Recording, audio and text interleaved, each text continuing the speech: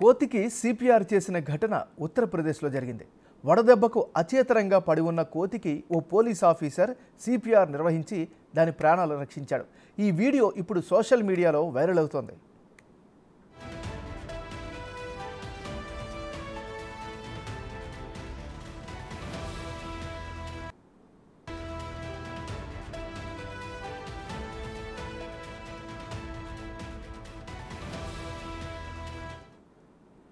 యూపీలోని బులందర్ షహర్ జిల్లాలో ఉష్ణోగ్రతలు చుక్కలు చూపిస్తున్నాయి. మనుషులతో పాటు జంతువులు సైతం విపరీతంగా ఉన్న ఉష్ణోగ్రతకు తట్టుకోలేకపోతున్నాయి. ఈ క్రమంలోనే ఓ కోతికి వడదెబ్బ తాకింది. అది దాదాపు స్పృహ తప్పి పడిపోయింది. దీన్ని గమనించిన వికాస్ తోమర్ అనే పోలీస్ ఆఫీసర్ దానికి సరైన రీతిలో వైద్యం అందించారు. సిపిఆర్ చేసి దాని ప్రాణాలు నిలిపారు.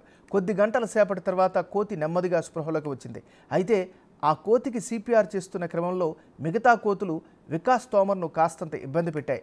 అయినప్పటికీ తోమర్ ఏమాత్రం వెనక్కి తగ్గలేదు. కోతికి చికిత్స అందించి తన జంతు ప్రేమను చాటుకున్నారు.